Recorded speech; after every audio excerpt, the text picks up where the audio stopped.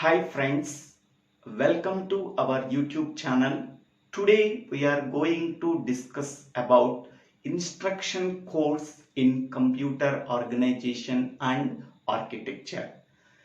In this concept, there are two sub-concepts are there. The first one is stored program organization and second one is direct and indirect address. Okay, these are the two sub-concepts in instruction codes. Okay, first of all, what is instruction code? An instruction code is a group of bits that instruct the computer to perform a specific operation. That means to perform the specific operation by the computer, we have to use a group of bits. That group of bits is called an instruction code. This is the instruction code format we have to use in the computer for storing the instructions. The instruction format contains a 16-bit format or a 32-bit format. It is the 16-bit format, that is 0 to 15. Okay. First 12 bits represents the address part of the instruction.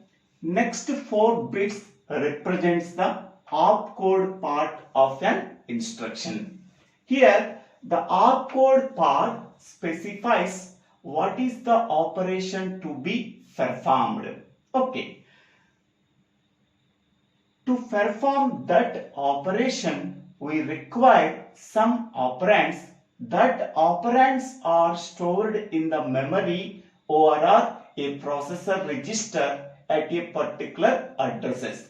These addresses are specified in the address part of the instruction code format. Okay, so address part contains the address of the operands that are stored either in a computer memory or in a processor register. Once we are fetching the operands from the memory or a processor register, the required specific operation in the opcode part is performed. Okay, this is the simple instruction code format. In the stored program concept, I am writing 0 to 14. So this is a simple mistake. So here 0 to 15. But in the stored program concept, I am representing 0 to 14. A small mistake. So sorry for that mistake. Okay. Now, next one is operation code or an opcode. So an operation code or an opcode part is the most important basic part in instruction code format. An operation code or an opcode specifies the operation to be performed. Okay. Next one is an operation code is a group of bits that define the specific operations such as addition, subtraction, complement and shifting operations. Okay, so an operation code is nothing but it is a group of bits that instructs the computer to perform a specific operation such as addition, subtraction, multiplication, shifting operations such as left shift and right shift and complement operations. Okay, next one is the number of bits required for the operation code of an instruction depends on the total number of operations available in the computer. So that means, so how many number of bits are required for representing the opcode? So that is 12 to 15. So that is total 4 bits. Okay. With 4 bits, how many number of operations we have performed? that is 2 power 4, that is 16 operations we have to perform. Based on the number of operations that we are performed, based on that we are specifying the number of bits required for opcode or operation code. Okay, here the opcode contains 12 to 15 bits. How many number of bits we are using for representing the opcode part in instruction format? That is 4 bits. 12 to 15 is nothing but 4 bits. Okay, by using 4 bits, how many number of operations that we are perform? That is 2 power 4. That is 16 operations that we are performed. Based on the number of operations that we are performed, based on that we are using number of bits required for representing the opcode in the instruction code format. Okay, so here n is nothing but number of bits required for representing the opcode. Okay, if n is equal to 4, so how many number of operations we are performed? That is 2 power n operations we have to perform. Okay, now the opcode defines what is the operation to be performed. Okay, how many number of operations we are performed? So that is based on the number of bits allocated for opcode part of an instruction. So here n is nothing but number of bits that are allocated for opcode part of an instruction in the instruction code format. So if n is equal to 4, how many number of operations we have to perform? That is 2 power n, that is equal to n value for 2 power 4, that is 16 operations we have to perform. Okay, so this is the description about the instruction code format or instruction code in computer organization and architecture. In the next we have to discuss about stored program organization. After that we have to discuss about what is direct and indirect addresses. So this entire concept comes under instruction codes. Okay. Hi friends, welcome to our YouTube channel. Today we have to discuss about stored program organization in computer organization and architecture. In the previous video, we are already discussed about what is addressing mode, what are the various types of addressing mode, what is the numerical example problem on addressing modes that we are discussed in the previous video. If anybody wants, please refer that video in my YouTube channel. Okay, now in this video we have to discuss about what is stored program organization and how it works, that we are discussed. The simplest way to organize a computer by using two components. The first one is called as processor register and the second one is called as instruction format.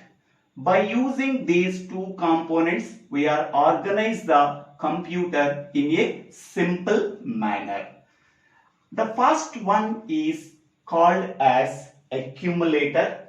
That means the processor register can also be called as accumulator. It is one of the special CPU register that resides in central processing unit. It can be used as temporary storage purpose. Okay, and it can also store the operands.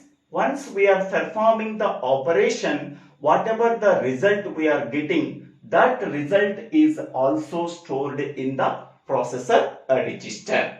Okay, that can be denoted by AC, that means accumulator. The second one is instruction format. So instruction format is used for representing the instructions in the memory. Okay, the format that we are used to store the instructions in a computer, that format is called as instruction format. Generally, instruction format is either 16-bit format or 32-bit format. Now, this is the 16-bit instruction format. So, in that 16-bit instruction format, okay, so it contains two parts. The first part is called as opcode. Opcode means what is the operation to be performed. So, it is in the range 12 to 14 bits. The second part is address part. Address part specifies the address of the operands that are stored in memory or a processor register. It contains 12 bits, that is 0 to 11. That is 12 bits. Okay. Next one is here opcode specifies what is the operation to be performed. To perform the operation, we can require operands. These operands are stored in the memory or a processor register at a particular addresses. That addresses are specified in the address part of the instruction format. Okay. So to perform the operation that is specified in the opcode part of instruction format, we require some operands. For example, add A, B. So here add is called as opcode and A and B are called as operands.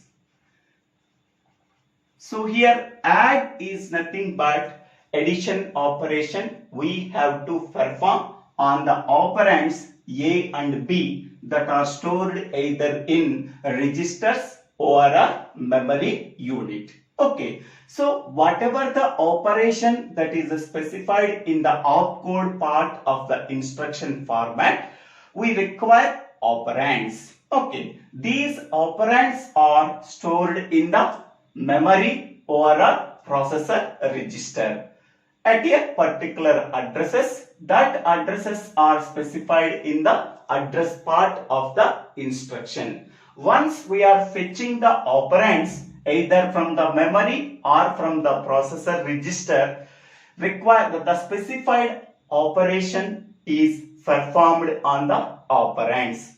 Once we are performing the operation, we are getting the result. That result is stored either in the memory unit or in processor register. Now, the memory unit in the computer has this following format. The memory unit can be divided into two parts. The first part is instructions. The second part is operands. In the first part, instructions of the program are stored. The second part, the operands are stored in the second part. Okay. So whatever the instructions that are specified in the program, that instructions are stored in the first part of the memory unit. Whatever the operations that are specified in the opcode part, to perform the operation, we require operands. That operands are stored in the operands part of the memory unit. This memory unit contains a capacity 4096 into 16. Okay, that means this memory unit contains 4096 words. 4096 words, and each word contains 16 bits. Each word contains 16 bit length. Okay, 4096 can be written as 2 power 12. Okay, so 2 power 12 is nothing but 2 power k. Okay, so k is nothing but number of bits required to specify each and every word in the memory unit. So how many number of bits we are using? So that is 12 bits are used to specify each and every word among the 4096 words. Okay. 12 bits are required to specify each and every word of the memory unit. That 12-bit address is specified in the address part of the instruction. Here 0 to 11 is nothing but 12 bits. So these 12 bits are derived from the 4096 words. 4096 can be written as 2 power 12. So 12 bits are required to specify each and every address of the memory unit. Okay. Next one is to perform the operation specified in the opcode part, we require operands. Okay. These operands are stored in this part. The operand length is, that is a 16-bit, that is 0 to 15. Okay. These operands are stored in the operand part in a binary format. Okay. So how many bits are there in a operand? That is 16 bits are there for each and every operand. That operands are used for performing the operation specified in the opcode part. Okay. So processor register is a one type of CPU register that resides within the CPU. Okay. So this is the simple stored program organization in computer organization and architecture. Thank you. Number, please ping me in WhatsApp for any updates in my channel. Thank you. Hi friends, welcome to our YouTube channel. Today we have to discuss about one of the most important concepts in computer organization and architecture is addressing modes. Before going to the definition of addressing modes and types of addressing modes, first of all, we have to know the concept of instruction format. That means how instructions are stored in memory, and what is direct address and what is indirect address. These are the points you have to know compulsory for better understanding of addressing modes. So now we can go for what is instruction format. So generally instructions are stored in computer memory by using either 16-bit format or a 32-bit format. Okay, so this is the 16-bit format of instructions. So here 0 to 11 contains the address part, 12 to 14 contains the opcode part, and 14 to 15 contains the mode bit. It can be denoted by I. So this is the 16-bit instruction format. It contains 3 parts. Okay.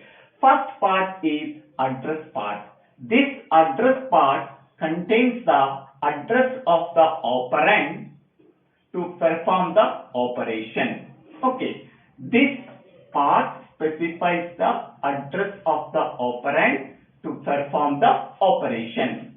Next one is this part specifies the what is the operation to be performed.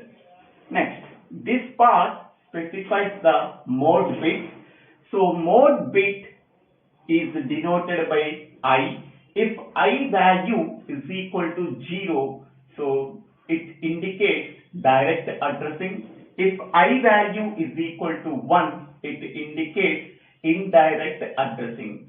So by using the mode bit, we have to retrieve the operand from the memory by using direct address and indirect address.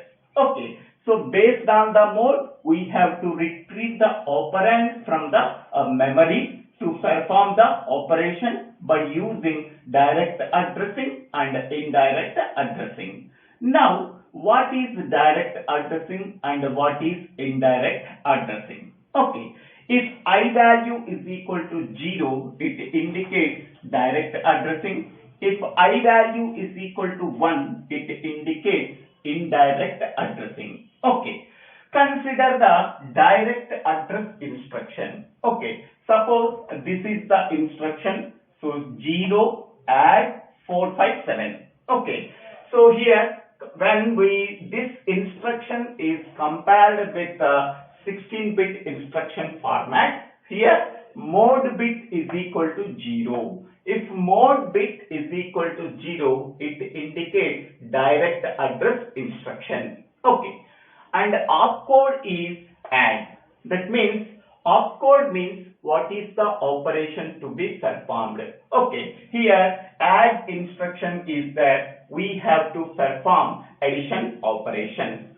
Next one, third part contains the address part. So this address part contains the address of the operand in memory. So here in this part the binary equivalent of 457 is there. Okay. The equivalent decimal value is 457. Now first of all we have to retrieve the operand by using the direct address. Here 0 is nothing but direct address.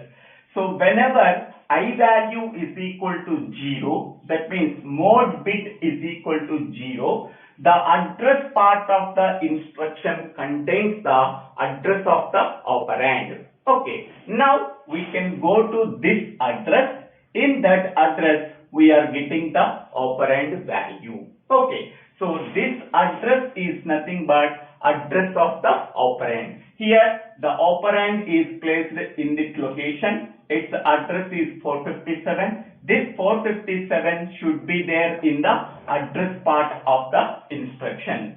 So once we are retrieving the operand from the address part of the instruction by using the direct address, then we have to perform the addition operation.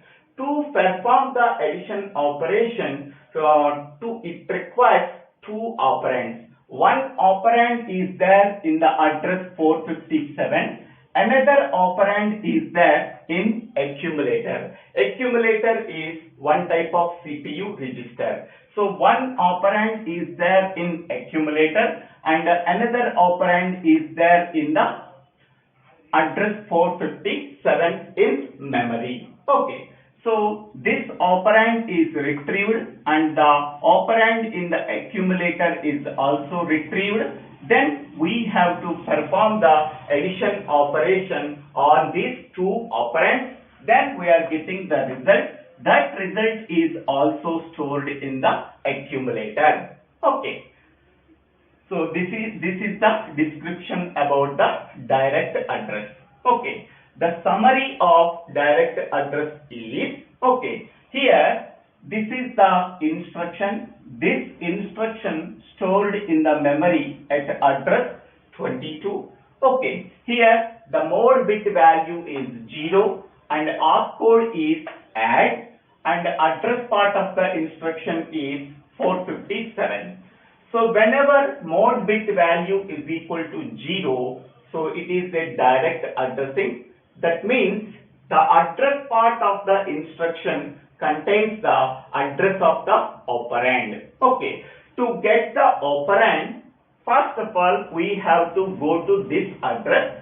So from this address, we are retrieving or fetching the operand. Okay. So one operand is ready from this address and another operand is there in the CPU register called accumulator. Okay, so one operand is there in this address and another operand is there in this address. Okay, whenever we are fetching these two operands, then we are perform the addition operation between these two operands. So once we are performing the addition operation, again the result is also stored in the accumulator. So this is the description about the direct address. Okay. Next one is indirect address. Okay. So this is called as indirect address instruction because mode bit value is equal to 1. Mode bit value is equal to 1 and opcode is add and address part of the instruction contains the address 300. So whenever mode bit value is equal to 1, okay, so it contains we first of all we have to go to this address. Okay, in this address of the operand is there. Again we can go to this address, then we are getting the operand. Okay, so here this is the indirect address instruction. Okay, so here in this place directly we do not get the address of the operand. Okay, first of all we can go to this address. In that address the address of the operand is there.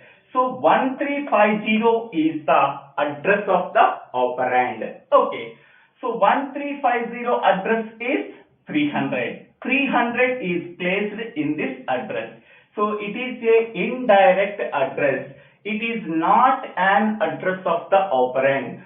For getting the address of the operand, first of all we have to go to this address in the memory. So in that one, so address of the operand is available. Again we can go to this address, we can get the operand. Okay, so this is the indirect address instruction stored in the memory at address 35. Okay, so once we are getting the operand value, another operand is stored in the accumulator.